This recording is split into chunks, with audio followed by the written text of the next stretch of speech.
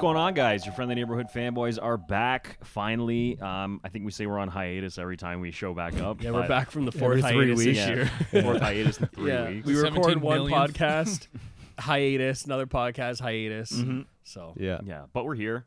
We got some good stuff for you guys today. Before we get into it, though, please hit that subscribe button if you're joining us on YouTube. Hit that like button as well. It really, really does help us out. If you're joining us on podcast platforms as well, it would be greatly appreciated if you could rate it and also follow it, so you get updates on when we record, when we post once a month now. And we got some good stuff for you guys today. So our seasonal podcast. our seasonal episodes. podcast, yeah, once a quarter. Here's our spring one. With that being said, this is kind of like a mid-May recap for us. So we didn't miss. We saw the reveal of the Superman suit from James Gunn Superman. We have yet to publicly comment on it until now. So good enough leeway. Let's start with you, Reese. What are your initial thoughts on this suit here? I think it was very close to being a wonderful suit. Like, to be honest, maybe I'm just being like really hard on it. I think it looks like pretty solid. I think it's probably going to look great in the film, but as I think we've seen online, it's very like MCU, I guess. Mm-hmm. Mm-hmm. The outlines. Yeah, and like, sure, here we go, make fun of me looking at Zack Snyder's Superman suit and then going to the, like, I don't know. Obviously, it's different. James Gunn is doing something different. Yes, I know that. So I think it works. I kind of like that it comes around like the shoulders, like that. Like that works pretty cool. The collar is cool. The classic yellow. I think what does he have? Like red trunks. Yeah, it's looking like you can't see it obviously on our screen right now, but there is red here. But the trunk will still I'm curious to see. I mean, I'll comment on that when it comes to me. But yeah, I think it's solid. It just it feels like an MCU suit, which they're not bad. It just yeah. Okay, what are you? I like the design of the suit. I was actually very pleasantly surprised at the design of the suit. I really like the new 52 Superman suit influences here, like the raised collar around the neck. That's totally like a new 52 thing. Even like the outside stitching, like the design of the stitching on the outside. I think it's I don't know, like the boots look cool. I hope that this is just like an early prototype of the suit. I hope that there is another one of the same design with a higher production quality. That being said, though, I don't know, design wise I like it, but I do agree with what you were saying. I mean, comparing it to anything that Zack Snyder did, I mean, obviously Cavill's suit is obviously superior to it, but I mean, I do like the design elements of it. Like I said, I really like the way the S looks. I really hope they're not red trunks, but I don't know. They are for sure. I am just going to put on record, I really like the new 52 suit. I think the suit for that run of comics, like, really fit the era. It was an interesting departure. I've always been skeptical on how it would ever be translated to live action, but from this particular image that we're seeing, I'm very pleasantly surprised. So overall, I like it, but I do agree with you with the production quality. I like what you said about the high collar. I kind of like that look. Yeah, it's cool. Like, it's really cool. It's cool. It's something we haven't seen too, which is good. My first thought live action. Oh, sorry. I was saying my first thought with the collar too was the Injustice. Injustice, yeah. That was my first thought, but I know, it's more. But again, all the Injustice stuff came out, like, I think right after New 52. So even that suit took that New 52 inspiration from it. I don't know. Well, what was the first Injustice suit? I can't remember the first one, but I know the second one definitely had that collar, and then it had like the jaw.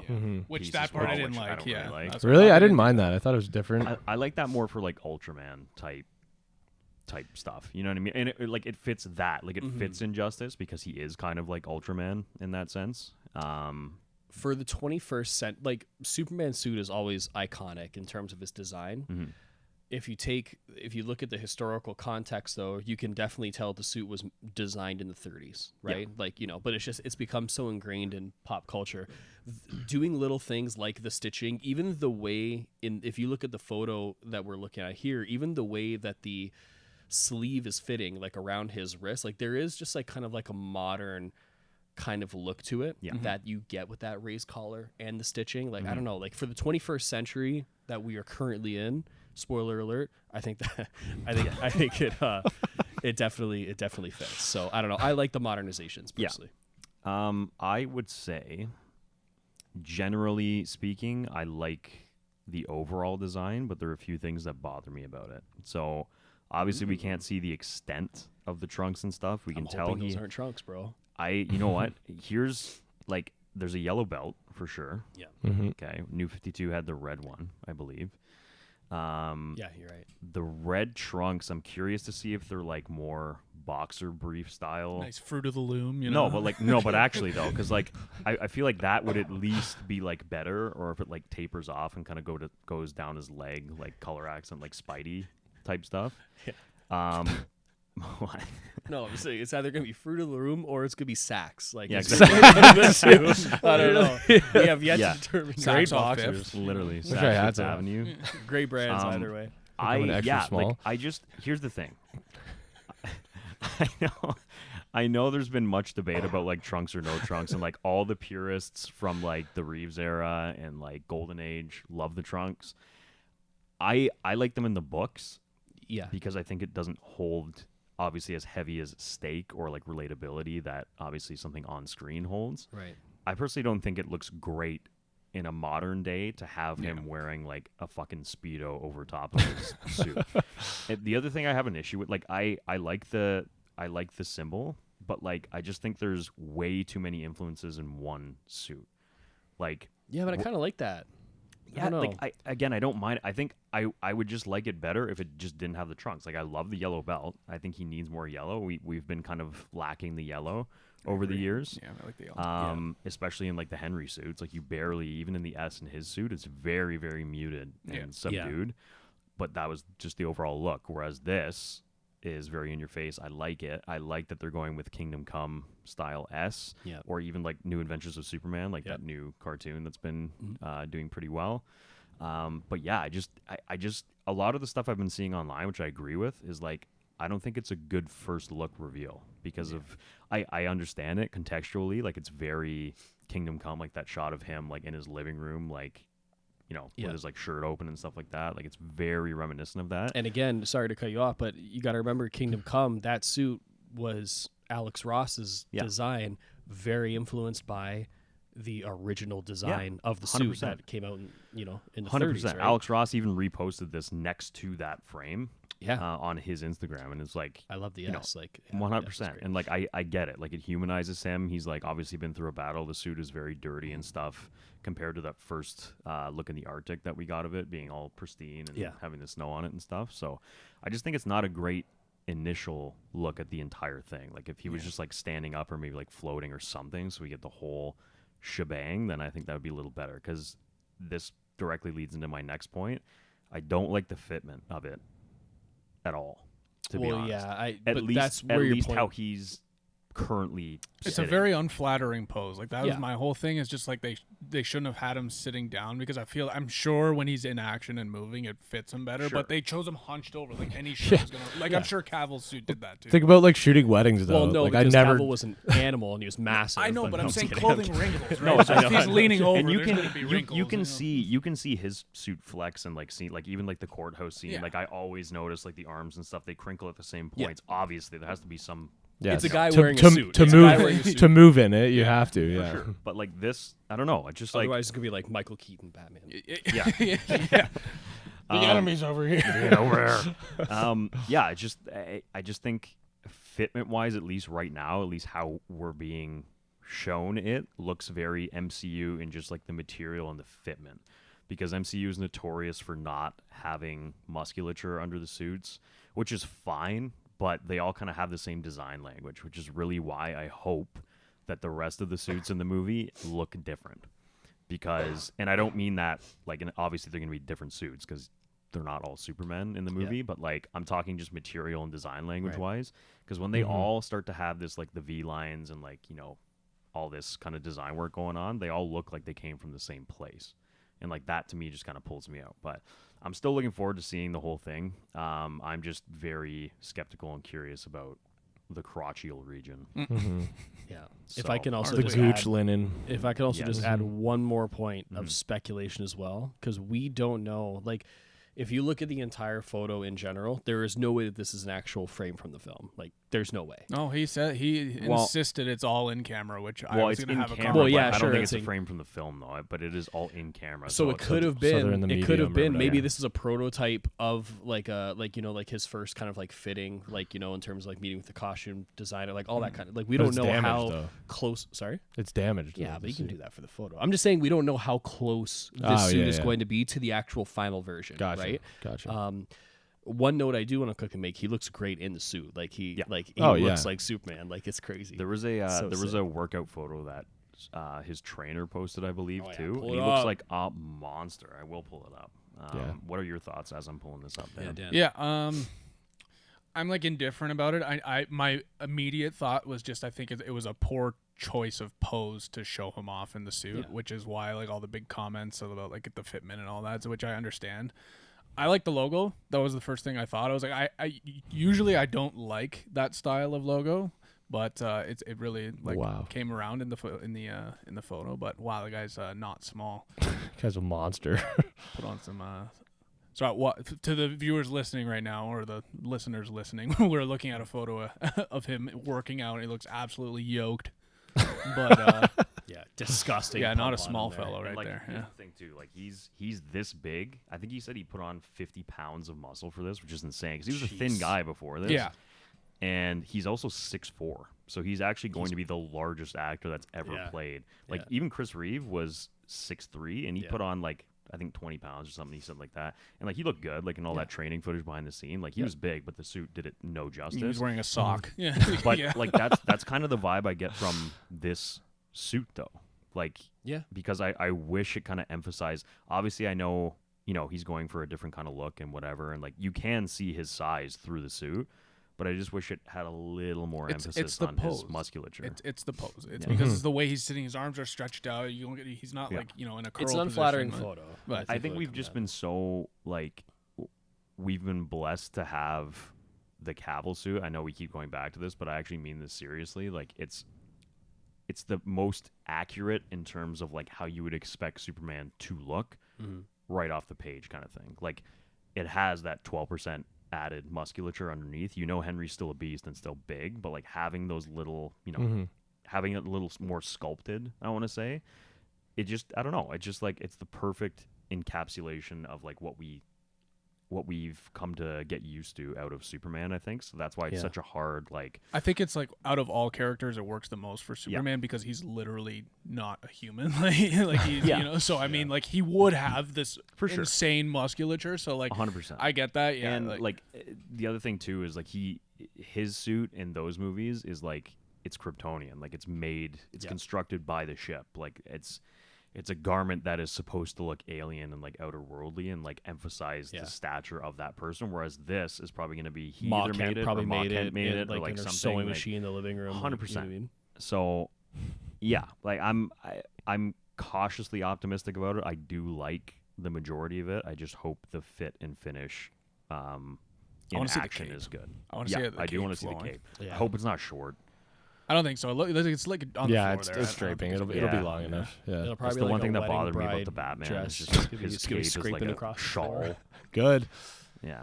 Like a Betty Jesuit cape. Just like one quick note before we move on. What do you guys think about the boots? Because the boots are featured quite prominently. I like the boots. I like the boots, yeah. Yeah? I'm coming around to the boots a little bit more. When I first saw the photo, I was like, these boots are like really bulky. Are made for talking or no? Or walking, sorry?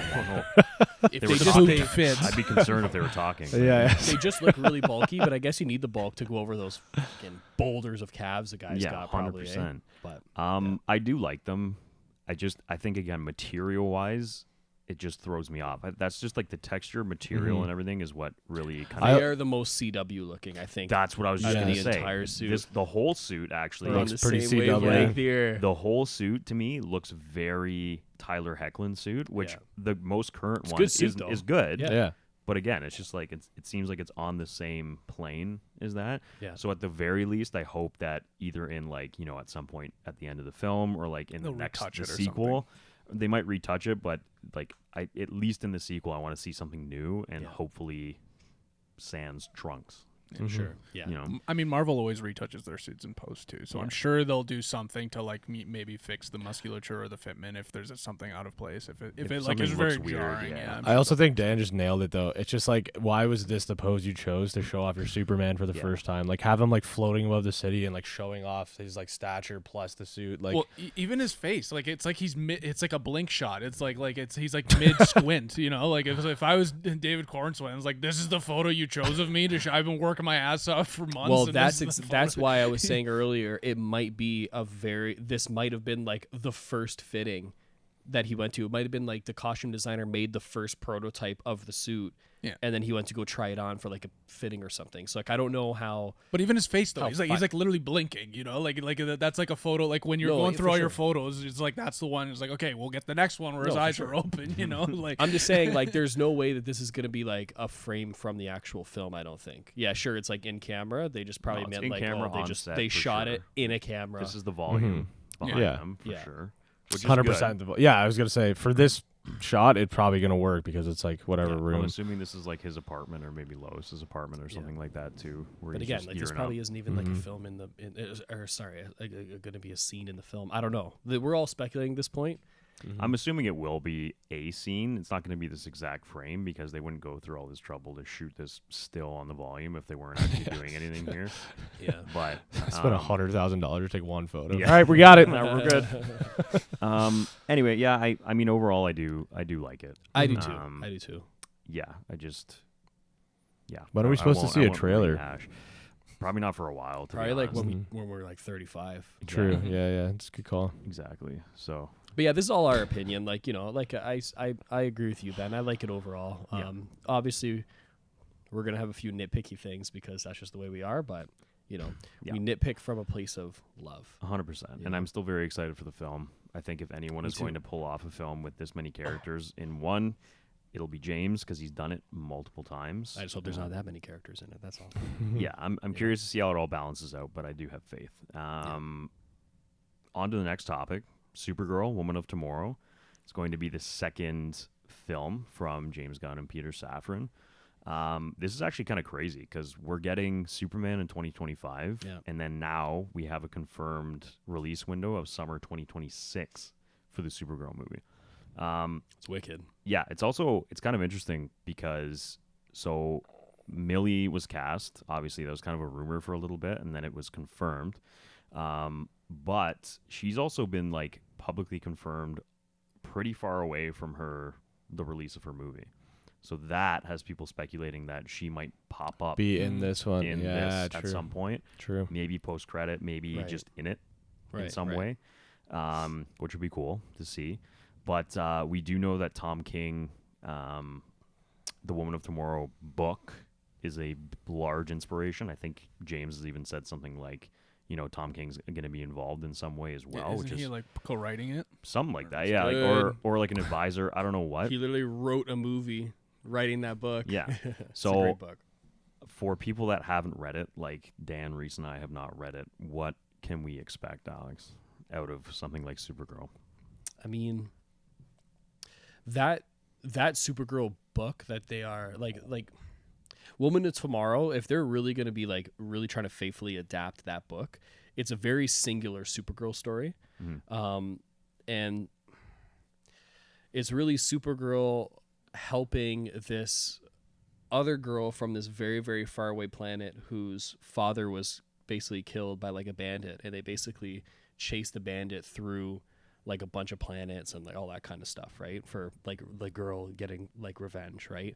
I'm not going to spoil like the rest of it, but I mean, it's a very like it focuses just on this girl and Supergirl, right? Because Supergirl is kind of going through her own journey. She's at that time in the book, like continuity wise, she's been away from Earth for a little while, so she's kind of doing soul searching like within herself. So there's really no other DC characters that are in that book, so it's going to be interesting, which I kind of hope if they're going to go fully to like really adapt like, you know, that book into like the film, I think it'll be like really interesting. But in terms of what you can expect, like it's kind of almost like I don't want to call it like an Indiana Jones because it's not like that. It's way deeper like emotionally, but it's kind of like that, you know, you're trekking across like the galaxy with Supergirl and this like farm girl from this distant planet who is trying to get back at the guy that killed her dad right in front of her, right?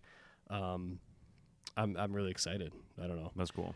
Yeah. The one thing I'm glad he's doing right off the bat is introducing these characters to show how wide open the space is for more intergalactic type stuff with these characters. So I really do hope that it kind of does follow that in line, because you're going to have an Earth-based... Well, assuming we have like a purely Earth-based story for the Superman movie, it would be cool to jump out and go into like, you know, intergalactic type. Yes. And then we get a spacesuit. and then also... and then to add on that point, in terms of the book, it kind of ends with Supergirl kind of deciding to go back to Earth, or at least that's what happens in the continuity of like in the surrounding books. Like she goes back to Earth after her journey, like in Woman of Tomorrow.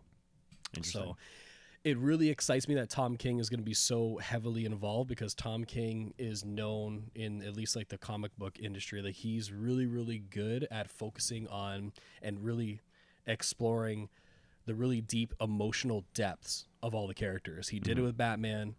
He's done it with so many others. And, you know, obviously the Supergirl book is phenomenal. So having him being involved in the capacity that he is going to be is a really good sign. We also have, so he posted this, I think, yesterday. We're recording this on Sunday, the 19th of May. I'm pretty sure it was yesterday or maybe 2 days ago, but I don't know what this is the anniversary for. I can't read it because our screen's 300 feet away from our set. But, at bare minimum. Do you recognize this book right off the bat? I think this is when he comes back. He sees the farm destroyed. This is Superman for All Seasons, Jeff Loeb and Tim Sale. Another fantastic book. Really, the librarian. Yeah, literally. That's fantastic catalog. Yeah, this is page 97 of. Yeah, it's a great book. I think this is another one of the books that James Gunn has been citing as like a touchstone or like an inspiration, because we obviously know he wants to take the Grant Morrison like All-Star Superman, but also I believe at some point he said he wanted to take from Superman for All Seasons. But Superman for All Seasons is a book that kind of it tells like a very simplistic, grounded Superman story that focuses on a lot on Smallville and like how he comes up and like the values that his parents like instilled in him. And this is just, I'm not going to spoil like what kind of scene this is or whatever, but if you could just scroll over for a second, Ben. So he says, "Happy anniversary to my favorite Kansas farmers, Ma and Pa Kent, who will be played by Pruitt Taylor Vince, an actor I've wanted to work with since I saw him in James Mangold's Heavy in 1995 and The Delightful Neva Howell. Ma and Pa Kent first appeared in Superman #1 on May 18, 1939. Clark's parents have a few different first names in the 40s until they were formally named as John and Mary Kent in Superman #53 in 1948, which was a retelling of Superman's origin story. Jonathan and Martha, as their formal names, were then established in later issues." And there it is, Superman for All Seasons right there. Cool. Yeah, rest in peace to Tim Sale. He actually just recently passed away last year, I believe. But that's all his art there. And like the colorist on that book was Bjarne Hansen, and he's like an absolute phenomenal colorist. But cool. I'm diverting a little bit, but Jeff Loeb, Tim Sale, they also wrote a bunch of other books. Like they wrote the Batman: The Long Halloween, which was adapted by it was kind of adapted by Chris Nolan for like the Batman trilogy. And they also did like a bunch of other. They went and did books over at Marvel too. Their color series: Hulk Gray, Daredevil Yellow, Spider-Man Blue, I believe. But legends. Cool. Out of universe as well. Like Millie Alcock's a great actress. She really crushed it with House of Dragon. There, she played young Queen Rhaenyra, and I thought she was great. So that's always good to know. Cool. Yeah, that'll be good. She's like pretty young though too, right? Yeah. So I'm not too familiar with like her work like as an actor, but it seems like she's going to be a good fit. Supergirl has kind of not a rowdiness, I would say, but she has kind of like how would you say it? Teenage angst. Yeah, like she's kind Which of is like exactly what you played in House of Dragon. Yeah. basically. Yeah. So, yeah. Yeah, so like she has kind of like not a mischievous kind of side, but yeah, like that. She got that like teenage angst, but also like, she shares like Superman's kind of like heart as well. So. Mm-hmm. It's it's gonna be interesting, and look at all the people that they have in this. Yeah, I was in gonna this say photo. Joshua Williamson, Dan Jurgens, Scott Snyder, Jim Lee, Frank Quietly. Like this is insane. Kevin McGuire. Like this is crazy. Yeah, and this is like a Superman set visit, which is awesome. It's cool to see all these kind of people out and like supporting the movie, which also is, I kind of think, reinforcing the fact that it's probably going to be a very well written story, considering he's gone to a lot of these people for tips, and even I'm pretty sure he told, I don't know what news outlet it was, or maybe it was just him replying to like 30 people on Threads or something about this probably movie, saying that he's had some of them read it and he's gotten like good feedback from all of them. That's good, man. Like, and that, because that's what was kind of missing. Like a lot of in like the MCU and like a lot of the comic creators were either like not really consulted, not mentioned, but like these are the people throughout history that have built these characters to where now we're taking them and making movies, right? Frank Quietly is there. Frank Quietly is the he did the art, he did the pencils for All-Star Superman. Joshua Williamson is currently writing Superman right now. Dan Jurgens has done great work with Superman. Scott Snyder has too. Obviously Jim Lee has. I don't know. This is a really cool. It's really cool to see that. So the legends fills my heart with joy. Very much so. In the world or vein of movies, we have got a first look at Dune Prophecy, which is a Max exclusive series, which is interesting. We're just going to go ahead and watch right now. Obviously, we won't have audio. Okay, so we just went ahead and watched that off screen again. Yeah. What are your thoughts? Because the Dune Master. If you haven't seen any of our podcasts before this or any of our clips floating around on TikTok or Shorts, Alex is our resident Dune junkie, knows the most about everything because he's read all the books and is like our encyclopedia for this. So obviously this is taking place before the birth of Paul Atreides. I think they said like 10,000 years before or something like that. Yeah. So are we looking at something that's pulled from the books? Are we looking at something that is new to contextualize the movies? What do you think this is going to be? So, okay, gonna be completely honest. I have read the original 6 books that Frank Herbert wrote multiple times. Now, Frank Herbert, there's a little history lesson for anyone. Frank Herbert actually passed away before he was able to actually completely complete what he was trying to do with Dune. There was basically one book he was working on. He passed away, didn't get to do it. His son, Brian Herbert, ended up writing that book to finish it. I haven't read that book. There's a lot of people that like it, a lot of people that don't really like it. Obviously, it is his son, and he had all of the notes that Frank Herbert left, but obviously it's a different writer, right? Mm-hmm. In the years that followed that, he's put out, and he has actually he's still publishing books even recently too. But he writes a lot of stuff in the Dune universe that is prequels, right? So he wrote books about the Butlerian Jihad, for example, which I actually have read that one. But the Butlerian Jihad was the reason, long story short, why there's no actual robots and shit in Dune, right? Whatever. And he's done a lot. He's covered House Harkonnen, he's covered House Atreides, he's covered House Carino and all the books, and he's done a lot focusing on the Bene Gesserit. So I'm hearing that a lot of this earlier Bene Gesserit stuff is going to be taken from Brian Herbert's work, right? Mm-hmm. I haven't read any of that. But I don't know. I'm pretty interested in it because you're kind of looking, by the time Dune comes around, when Paul is when his story takes place, Bene Gesserit have been around for 10,000 years, whatever it is, basically manipulating bloodlines, crossing bloodlines. They basically manufactured the religion on Dune for the Fremen throughout history. So it's going to be kind of interesting to see the origins of that sisterhood, and even in later books, you kind of get more in depth into the Bene Gesserit as well. So I don't know, there's things that are interesting about it. I mean, HBO Max are usually like really good at producing like high quality shows. So it's like HBO literally has the best shows.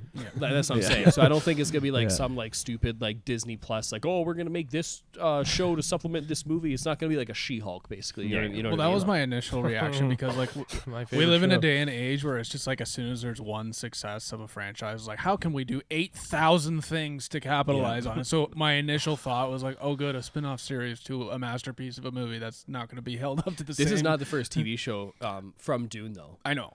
The third book, Children of Dune, was actually adapted into a TV show, like in like the early 2000s. So it's like, you know, but I know what you're trying to say. I just had that initial pullback because we're 100%. just coming off the heels of part 2, so it's just like, oh, of course, that there's another spin-off going off. I think you just also gotta be ready for a different tone because obviously Denis Villeneuve is a genius. And obviously, like his tone, he made that movie so much. He made that story so much of his own.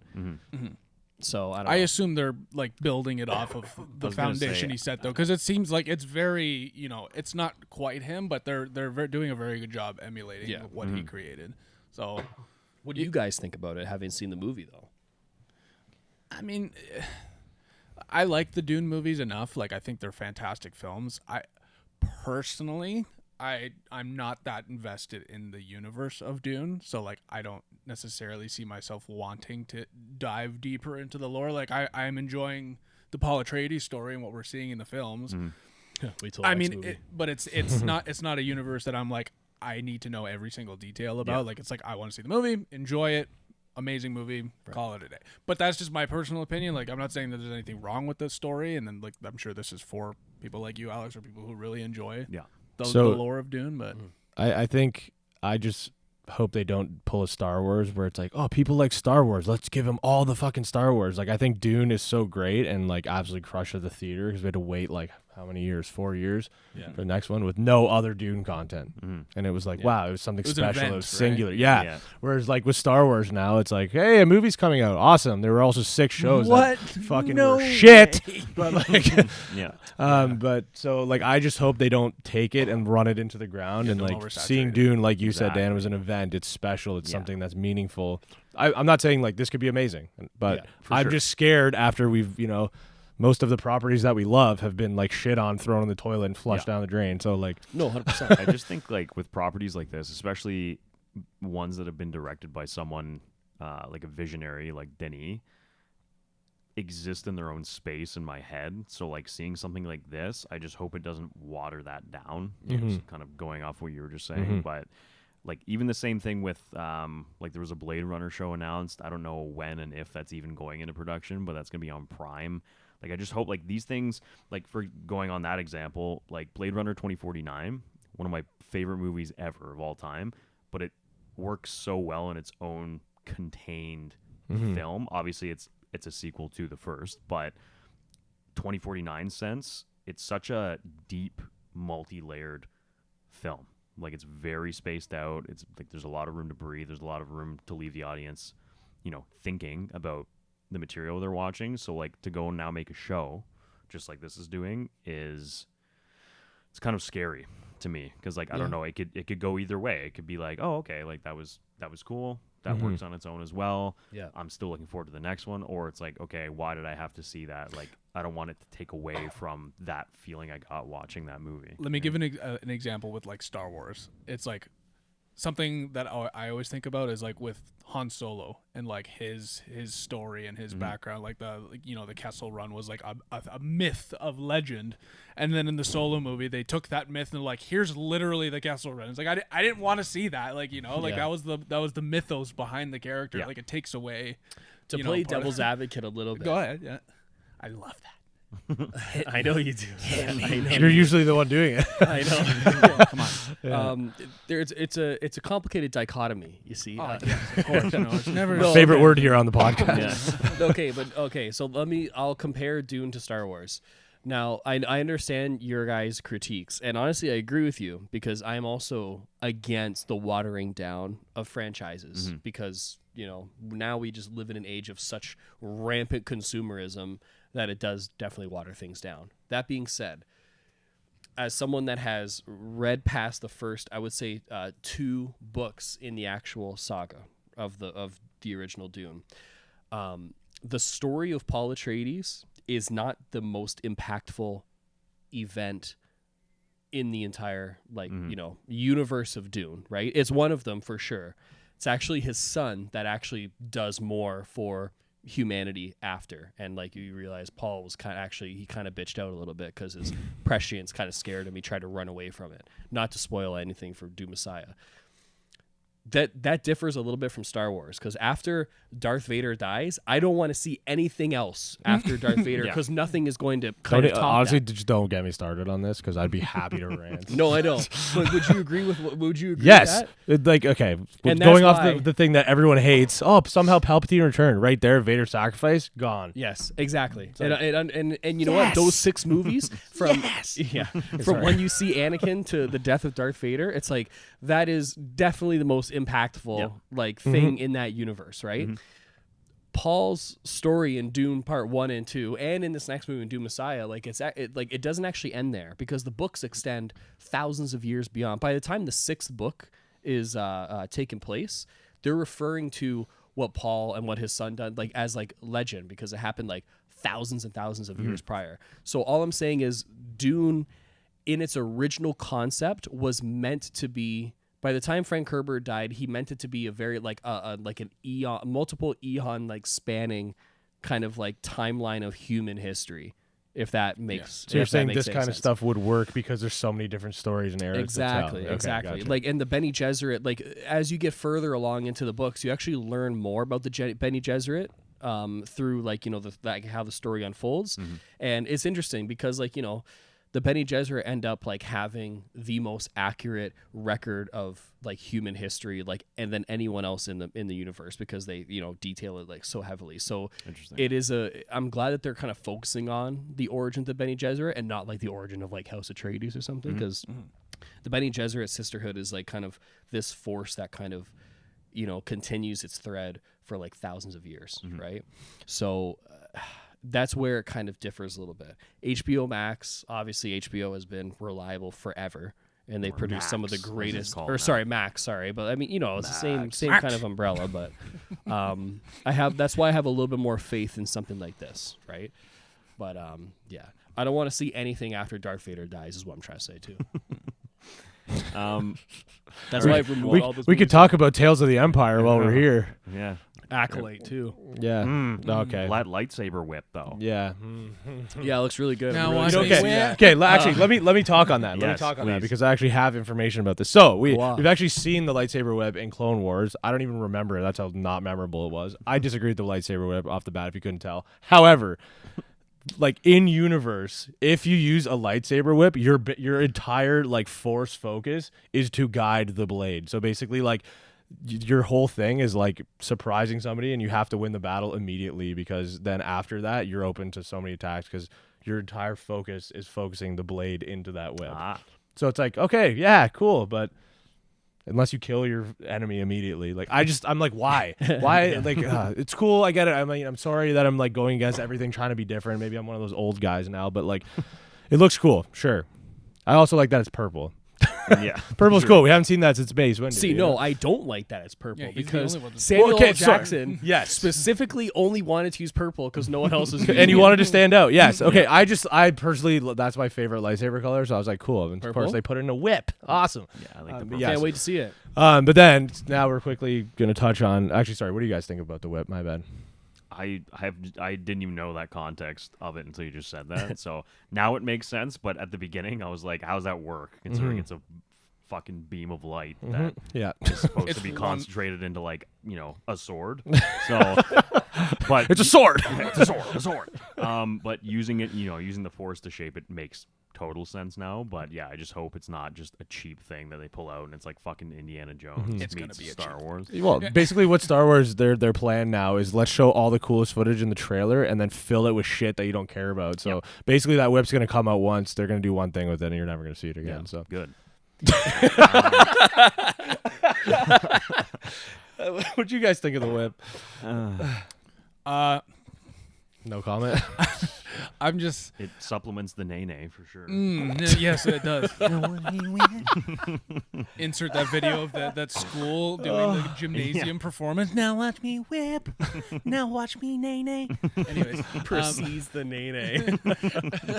I don't care. I don't care. I mean, like, whoa, the new Alex, Star Wars. your thing. thoughts? Yeah, it looks great. Can't wait to see it. It's gonna be my favorite part of the show. No, I'm just kidding. I don't care about the show in general, so like I literally don't care about it. Did you guys watch Tales of the Empire or no? No. You know what I did do? I went back and replayed Jedi Survivor, which was incredible. Makes me happy because it's Yeah. a good Star Wars. This is a nice story. Yeah. It doesn't like taint any You know, of the other I've like actually established got- like canon. Yeah. I've turned a new leaf, guys. I actually am. I've been very vocal that I want Cal Kestis to come to live action. I am actually protesting that he do not come to live action Yeah. because Joel Yeah. Edgerton, that character. Yeah, for me, Yeah. basically. he's perfectly fine in there, and I'm happy. Yeah. I'm happy where he exists. Leave him there. Leave him there, even though Yeah. it's like such a shame because I want Cameron Make Monaghan. a reference to him. Yeah. Right? Yeah, You- that's it. But- So Ben and I ended up watching Tales of the Yes. Empire, and How was first episode, awesome. You see Unreal. General Grievous coming in, cutting down like Ignite sisters and stuff, and then it was like they could not help themselves. We're like, wow, what a cool episode. What do? They go to some fucking backwater part of the planet and talk to some shamans, and they're like, hey, we can do this together with like peace. I'm like, Tales of the Empire, not Tales of the fucking peasants on this planet that have no impact on the universe. Nice, sick. Oh, guess what? And then the next episode too, like, what was it? Thrawn. Yep. Cool, great. That stuff was cool. You know, he got his bodyguard like Rook, everything. You're like, wow, you get to see like Captain Pelion, awesome. And then what do? Focus on the people, awesome. Tales of the Empire, not Tales of the People. Tales of the Empire. I want to see Thrawn absolutely like demolish a fleet or something. And then of course, you know, Darth Vader. They show him in the trailer. Oh my God, Darth Vader! All the shots in the trailers. That's the only shots that Darth Vader's in the episode. Love it. Nice. Sick. And then, of course, you know, you got to follow like Barris's storyline. And where does she go? A backwater planet. To do what? Nothing. Because it's not Tales of the Empire. It's tales of random people doing shit. Literally. Sick. And they could also not help themselves with showing someone in the darkness come to light. Yes, of course, course. yes. How could I There's forget? always got to be a switch of sides in every Star course. Wars property now. Somebody and can't that just was be the last bad. thing. Yeah. Yep. You know what's compelling is maybe show like an Empire side and like actually, you know, show them the cause of why they believe in it. Oh, the rebels attacked my planet, so I hate them now. Like, they don't have to be evil, but they still don't have to turn good. Like, Literally. Yeah, anyway, that was awesome. What did Sister Gay as Helen Mohayim say to Jessica at the end of Dune? sorry, who? The Reverend Mother, Gay as Helen Mohayim. What did she? What did This is she? how much we know about Dune. What did she say to Jessica at the end? She was like, "You were on the wrong side." She goes, "There are no sides." True. I wish Star Wars took that. into Yeah, account. seriously, holy Yeah. heavens, beard. Well, this is more of a you topic, but what are we looking forward to about House of the Dragon? Yes. This is going to be a massive season. I haven't actually read the books, but I've like read ahead to like just see kind of what's going to happen. And for those of you who thought, you know, season 1 was a little slow, which it was, but they were establishing kind of this like coming war of like the two families, which is going to be like massive. So basically the entire kingdom has to like pick two sides, and each side has like a bunch of dragons, which are basically like nukes back then. So, and it's going to be devastating. Going to be a lot of dragon battles. CG budget is going to be through the roof, or it's just going to look like shit, one or the other. But they've done a really good job. Like, but they've done a really good job in the show. I think they've done awesome with it. The cast is brilliant. So I'm really looking forward to it. They did a great job promoting it. We didn't cover it at all. Sorry. but yeah, everything looks awesome. I'm super excited. From reading ahead, there's going to be a lot of big moments. So yeah, I won't spoil anything, but yeah. Is it based on the books? Yeah. Really? Yeah. Okay. So like with But the show is also with Game of Thrones, other than the last season, everything was based on the books. Yeah. And then was it George R. Martin? Yeah. He didn't finish the book for the last season, which was why it was terrible. Yeah. So they were like, yeah, we'll do our own thing and make it 6 episodes. Nice. But House of Dragon. House of Dragon is but it's just like taking the lore that was happening like in parallel. they're following it like pretty closely for the most part. Like obviously they're like adding characters or taking out certain characters, but does like, it take place like after? no, it's before. Oh, yeah, I see. so it's a prequel technically. Yeah, Which which is pretty cool because if you watch both shows, they like talk about each thing, which is nice. I went on a binge a couple of years ago, and I got all the Game of Thrones books, but like I haven't I haven't read any of them because I had this brilliant idea. I'm going to read the books before I watch the show because I never watched the show when it was airing. And great idea. Still haven't done it. So awesome. That's interesting. That's cool. Last thing, Deadpool and Wolverine obviously is imminent. That's coming soon. It is coming out very soon. So excited. On the date of recording, so May 19th, tomorrow apparently, not apparently because Ryan Reynolds confirmed it, but the tickets are going on sale tomorrow, which is fun. Cool. So we're going to be grabbing those, obviously. It'll probably release with something too. Yeah. They're doing a 1 minute.